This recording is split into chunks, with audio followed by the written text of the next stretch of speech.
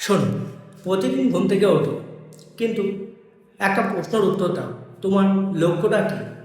শুধু আমি সফল হব বললে কিছু হয় না।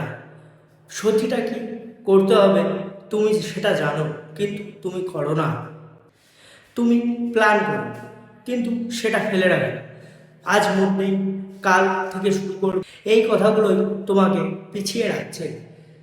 তোমার যদি লক্ষ্য স্থির থাকতো, তাহলে তুমি আর কাল থেকে শুরু করব এই কথাটি বলতে না, তুমি কাজ শুরু করে ফেলতে। তোমার কোনো অজুহাত থাকতো না, থাকতো শুধু কাজ। মনে রাখো, স্বপ্ন সবাই দেখে, কিন্তু বাস্তবায়ন করে খুব কম মানুষ। একদল মানুষ কাজ করে, আর একদল মানুষ দেখে যায়। তাই আজ থেকেই শুরু করো নিজের লক্ষ্য, নিজের লড়াই। সময় কারোর জন্য থেমে থাকে না। ধন্যবাদ।